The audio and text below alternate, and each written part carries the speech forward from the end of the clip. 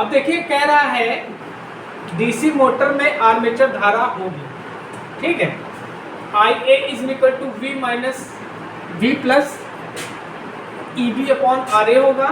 IA is equal to V minus EB upon RA होगा। और क्या हो जाएगा, IA is equal to V minus RA upon EB। और चौथा जी आपको option IA is equal to RA minus EB by V, ठीक है। तो देखिए यहाँ पे आप करते हैं, क्या करते हैं, एक कंसीडर कर लेते हैं, जैसे आपको कॉन्सेप्ट क्लियर करना है, ठीक है। तो एक हम शंट मोटर का यहाँ पे डायग्राम बनाते हैं, ये आपकी शंट हो गई,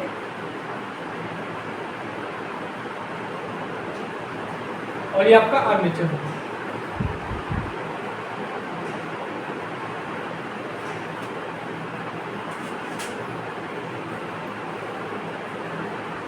यहाँ का V, ठीक, ये आपका प्लस, ये माइनस, और आपकी आर्मेचर करंट आ रही है, आर्मेचर करंट अब आपकी आएगी, ये आपका RA हो और ये आपका EB हो गया, ठीक। तो अब हमने क्या कर लिया कि हम इसमें डायरेक्शन मान लेते हैं करंट का ऐसे, क्यों, क्योंकि करंट आपकी ऐसे ही तो जा रही है, करंट आपकी कैसे जा रही है, ऐसे ही तो जा रही है, ठीक। तो क्या हो जाएगा, यहां से जब लेंगे तो क्या हो जाएगा, माइनस का V हो जाएगा, ठीक, माइनस का V हो जाएगा, प्लस अब यहाँ वोल्टेज ड्रॉप क्या हो जाएगा, IA RA हो जाएगा, ठीक। और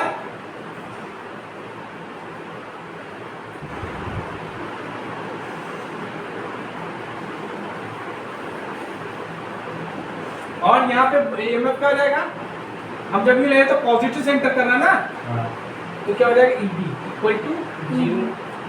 तो यहाँ से क्या हो जाएगा,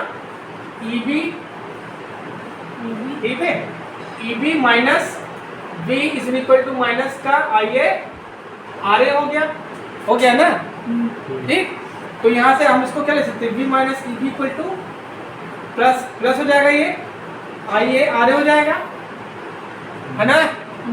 तो क्या हो जाएगा, IA इक्वल टू क्या हो जाएगा, V minus EB upon RA। तो आपकी आर्मेचर करंट क्या आ गई, V minus EB by RA, ठीक। तो आपका ये सेकंड ऑप्शन बिल्कुल सही है, this is your second option is the right answer. अगर यही बात हम जनरेटर की करते तो अब देखिए करंट जैसे आ रही है आपको उसी डायरेक्शन मानना पड़ेगा। अब आर्मेचर अगर हम जनरेटर की बात करते हैं तो आपको इस तरह मानना पड़ता, इस तरह मानना पड़ता, इस तरह मानना पड़ता, ठीक। तो ये आपकी आर्मेचर करंट होती, तब इसका इक्वेशन क्या बनता, तब इसका इक्वेशन बनता माइनस का EB हो जाता, ठीक। और वोल्टेज ड्रॉप क्या हो जाता है आर्मेचर का, IA RA होता है, प्लस V इक्वल टू 0 होता। तो यहाँ पे क्या होता है, EB इज इक्वल टू क्या होता है, V प्लस IA RA होता है। ये आपका किसमें होता है, जनरेटर के केस में होता, ठीक है, समझ में आया। और अगर हम मोटर की बात करें, मोटर केस में क्या हो जाएगा, मोटर के केस में हो जाएगा EB is equal to V minus IA RA हो जाएगा, उल्टा हो जाएगा, क्यों, बिकॉज ऑफ द करंट, मतलब करंट का डायरेक्शन पहले प्लस था, अब उल्टा हो गया तो यहाँ पे माइनस हो गया। समझ में आया, कॉन्सेप्ट क्लियर हुआ। कह रहा है 150 किलोवाट इलेक्ट्रिक मोटर जिसकी दक्षता कितनी दी आपको, ये तो पहले क्या हो जाएगा आपका आउटपुट में, क्या हो जाएगा आउटपुट, कितनी है 150 किलोवाट, ठीक। दक्षता मतलब ईटा कितना दिया है 90%। अब आपसे क्या कह रहा है, होने वाली लॉसेस मतलब लॉसेस ज्ञात करना है। तो दक्षता इक्वल टू क्या होता है तिवारी,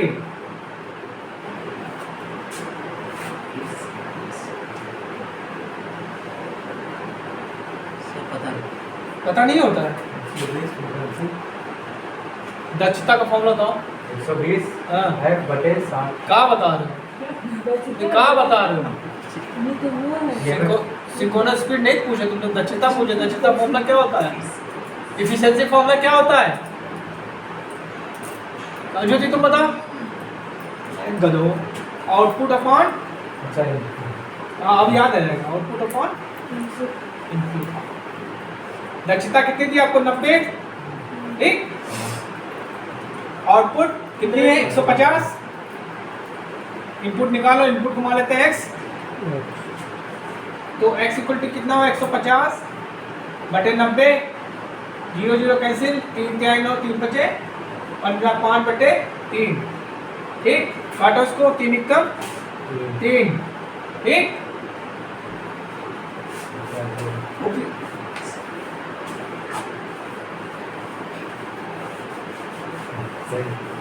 ठीक है।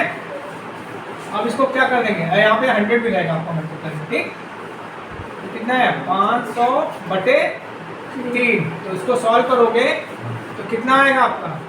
3 एकम 3, 2 हो गया, 20 बचा, 3 छन 18, फिर 2 गया, 3 छन 18, फिर 166.66 आएगा। नहीं सर 16 आएगा ना, 16.66 आएगा 16.66। कैसे? वो देखिए ऑप्शन में ऑप्शन है ये। सर। आपसे डिवाइड करो, कितना आएगा? सर कर रहे हैं। 150 होती है, 4 450 होता है। हाँ। करो करो करो करो। अभी और आगे इसके करना है। 1500। बात करो, बोला ना करो। हाँ 60। हाँ सर, सर सही आ रहा है आंसर। सही आ रहा है ना? ये क्या निकला आपका? Input power. क्या निकली आपकी? Input power. Input power. कहानी निकालनी। Input power. अब देखो एक चीज मैं बताई थी, ट्रांसफार्मर कुछ भी पढ़ाया था। तो जो जैसे मान लीजिए कोई आपकी मशीन है, दिमाग लगाना इसमें, यस। ये आपकी मशीन है, हमने इनपुट दिया। जैसे मान लो हमने 10 दिया आपको, तो तुम्हें 10 इकट्ठा 10 ही नहीं मिलती ना यहाँ पे। हाँ, 8 मिले, 7 मिले, कुछ मिले, तो 2 किस में चला आता है? लॉसेस में। लॉस। तो क्या हो जाएगा? इनपुट पावर आपकी कितनी है? 166.66 किलोवाट। ठीक, अब देखो इनपुट पावर इक्वल टू क्या होता है? Input power is equal to losses plus output होता है। याद आया? तो लॉसेस निकालना तो क्या होगा? इनपुट में हम घटा देंगे आउटपुट को, तो इनपुट माइनस आउटपुट। तो इनपुट कितना है? 166.66, आउटपुट कितना? 150, तो 16.66 आएगा किलोवाट। देंगे आपका आंसर होगा। पूरा क्वेश्चन सॉल्व तो करने दिया करो, समझ में आया? चलो, एक डीसी मोटर की सरलता से पहचान कर सकते हैं, योग से, कम्यूटेटर से, आर्मेचर से, पोल शू से। तो किससे पहचान करेंगे हम लोग? कम्यूटेटर से।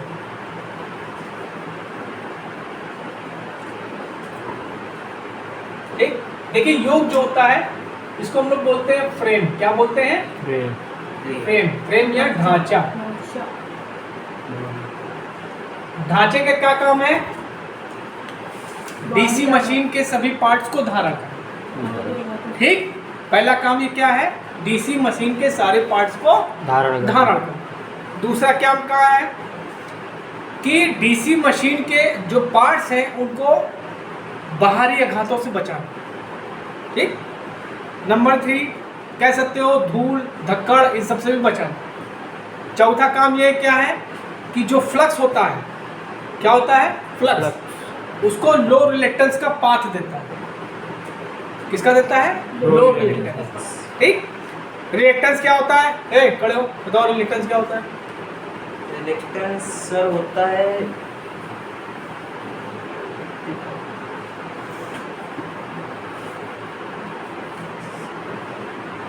याद आया? तुम बताओ, तुम बताओ। तब बढ़िया बढ़िया सब चीज बच्चों का निकाल। तुम बताओ। रिलेक्टेंस, तुम बताओ। रिलेक्टेंस बता दो। रिलेक्टेंस को रेजिस्टेंस से जोड़ो ना। याद आया कुछ? है? जैसे हमने हमेशा बताया रेजिस्टेंस का चचेरा बाय रिलेक्टेंस। वो करंट को रोकेगा, ये फ्लक्स को रोकेगा। समझ में आया? ऐसे याद करो ना, नहीं कभी नहीं बोलो। वहां पे क्या था? कंडक्टेंस, यहाँ पे परमेंस हो गया। ऐसे याद करो, कभी नहीं बोलो। अगर रट्टा मार के याद करो तो हमेशा भूल जाओ। ठीक, अच्छा अब आते हैं कम्यूटेटर। कम्यूटेटर क्या है? कम्यूटेटर आपका बना होता है हार्ड रॉक कॉपर का। किसका? Hard rock copper.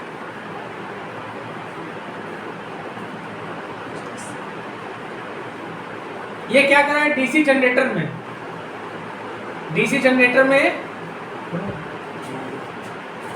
एसी को डीसी में कन्वर्ट करता है, और डीसी मोटर में डीसी को एसी में कन्वर्ट करता है। तो आप कम्यूटेटर के इसी प्रॉपर्टी से पता करेंगे कि जनरेटर है या मोटर है। मोटर है। क्लियर है? इसको क्या कहते हैं? मैकेनिकल रेक्टिफायर कहते हैं।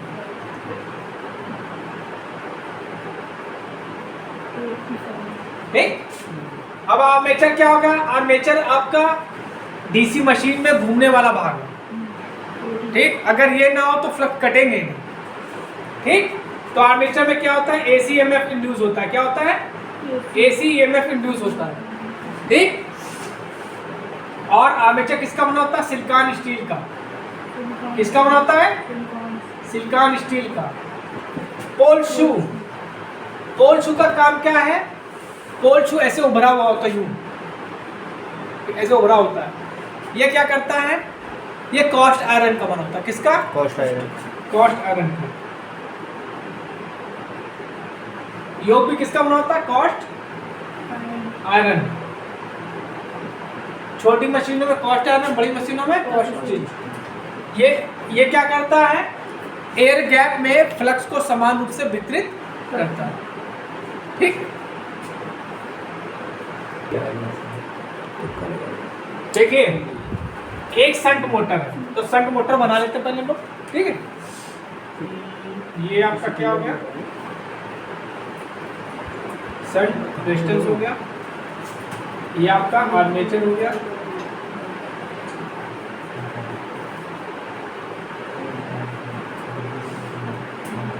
ये आपका बात कौन कर रहा है? जी जी।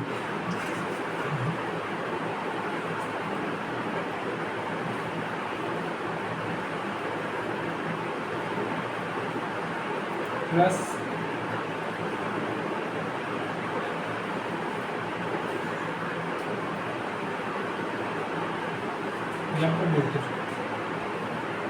ठीक, अब क्या कह रहा है? एक शंट मोटर जिसकी गति, तो ये आपका गति यहाँ आर्मेचर गति लिखा दो 1500 आरपीएम पर मिनट। ठीक, और इसमें ईएमएफ होगा बैक ईएमएफ। ठीक, जो कि 120 वोल्ट सप्लाई से, तो ये वैल्यू कितनी थी? 120 वोल्ट। ठीक, अब कह रहा है पोषित है, पोषित क्या होता है? ठीक, जिसकी लाइन धारा, अब जो ये यहाँ से जो लाइन आएगी IL, वो क्या होगी? लाइन धारा होगी। लाइन करंट वो कितनी है? 51 एम्पियर है। ठीक, और क्या कह रहा है? शंट फील्ड प्रतिरोध, ये कितना दिया आपको? 120 ओम। ठीक, आर्मेचर प्रतिरोध जो आपका RA है वो कितना दिया है? 0.1 ओम दिया है। ठीक, अब कह रहा है आर्मेचर धारा की गणना कीजिए, मतलब ये जो आपकी आर्मेचर करंट आ रही होगी वो निकालना है। ठीक, अब ध्यान दीजिए, अगर आपने कायदे से पढ़ा है और हमने पढ़ाया है तो ठीक। अब ये लोड करंट, अब यहाँ पे करंट कौन सी आएगी? शंट करंट हो जाएगी। तो यहाँ पे जो लोड करंट है वो किसमें? दो करंट में डिवाइड हो रही है। ठीक, तो क्या लिखेंगे? IL is equal to IA plus ISH। ठीक, अब देखो बेटा, यहाँ पे वोल्टेज हो चाहे यहाँ पे वोल्टेज हो चाहे वोल्टेज यहाँ पे हो, सब सेम होगा। तो यहाँ पे जो वोल्टेज क्या होगा? V इक्वल टू क्या होगा? ISH होगा और RSH होगा कि नहीं होगा? है ना? तो यहाँ पे V कितना दिया आपको? 120 दिया है। ISH और रेजिस्टेंस की वैल्यू कितनी थी बेटा? 120। तो ISH की वैल्यू कितनी आ गई? 1 एम्पियर आ गई। तो कितनी हो गई आपकी? 1 एम्पियर हो गई करंट। ठीक, अब ये वैल्यू उठा के हम यहाँ पर दें तो आपकी आर्मेचर करंट निकल आएगी। ठीक, निकाल लो। तो आर्मेचर करंट इक्वल टू क्या आ जाएगा, IL माइनस ISH। तो 51 माइनस 1 तो कितना है, 50 एम्पियर। कितनी एम्पियर है करंट, 50 एम्पियर। तो 50 एम्पियर नहीं दिख रहा है, ये आपका आंसर है। ठीक है, एक डीसी मोटर की गति बैक ईएमएफ के समानुपाती, फ्लक्स के व्युत्क्रमानुपाती। ईबी के व्युत्क्रमानुपाती और फ्लक्स के समानुपाती। ईबी और फ्लक्स के समानुपाती, ईबी और फ्लक्स के व्युत्क्रमानुपाती। अब देखो, जब आपको बैक ईएमएफ का फॉर्मूला पता होगा तभी इसको आप कर सकते हो। ठीक, देखो क्या होगा, ईबी इज इक्वल टू क्या होगा, 5ZTN/60A। ये होता है। ईबी आपका क्या है, बैक ईएमएफ। एफ क्या आपका फ्लक्स है, ये आपकी स्पीड हो गई, ये आपका पी पोल्स हो गया, ये आपके चालक हो गए, नंबर ऑफ। ठीक, और ये आपके क्या हो गए, समांतर पथ हो गए। यही तो होता है। ठीक, अब देखो ध्यान दो बेटा कि जो आपका ZP/60A, इसको हम लोग कांस्टेंट ले लेते हैं। क्या लेते हैं, कांस्टेंट ले लेते हैं। तो क्या हो जाएगा, EB is equal to K times N5 होगा, है ना। तो यहाँ से हम क्या ले लेंगे कि N ई डायरेक्ट ये हो जाएगा क्या, EB/5 हो जाएगा। ठीक, अब इस रिलेशन से क्या पता चल रहा है, ये आपकी स्पीड हो गई, ये आपका बैक ईएमएफ हो गया, ये आपका फ्लक्स हो गया। तो स्पीड क्या हो गई, बैक ईएमएफ के समानुपाती हो गई, तो ईएमएफ के समानुपाती हो गई, फ्लक्स के व्युत्क्रमानुपाती हो गई, तो फ्लक्स के व्युत्क्रमानुपाती। तो यही आपका ऑप्शन बिल्कुल सही। ठीक, सुनना है।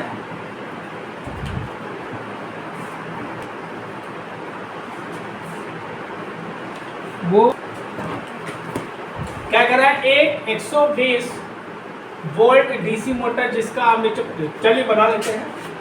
ये आपका आर्मेचर हो गया,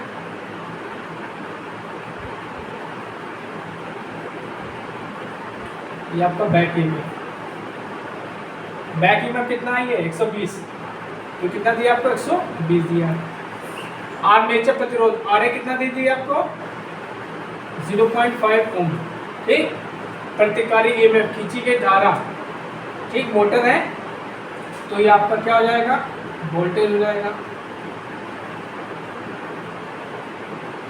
प्लस माइनस। ठीक, ये कितना दिया, 120 दिया। ठीक, तो हमने क्या मान लिया करंट का डायरेक्शन, ये मान लिया करंट का डायरेक्शन। ठीक, अब यही करंट आर्मेचर करंट होगी। ठीक, तो क्या हो जाएगा, माइनस प्लस जा रहा है तो माइनस का 120 हुआ।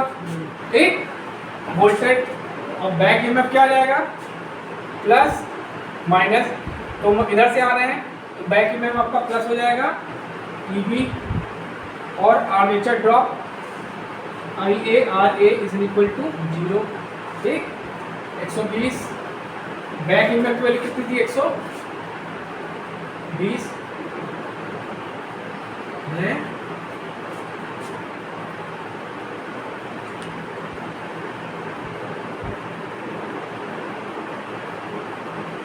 सही पढ़े नहीं, 110/110 है ये।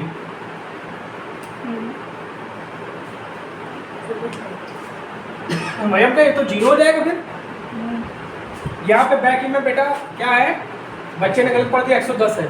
ठीक, तो ये हो जाएगा आपका 110 प्लस IA तो मैं निकालना है और इसकी वैल्यू क्या है, 0.5 इक्वल टू 0। ठीक है, तो 120 में से 110 क्या बचा, 10, और ये कितना हुआ,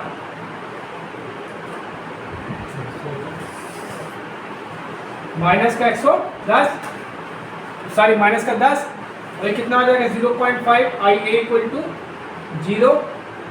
तो 0.5 आई ए इक्वल टू 10, तो आई इक्वल टू क्या हो जाएगा 10 बटे 0.5, पॉइंट हटा यहाँ लगाया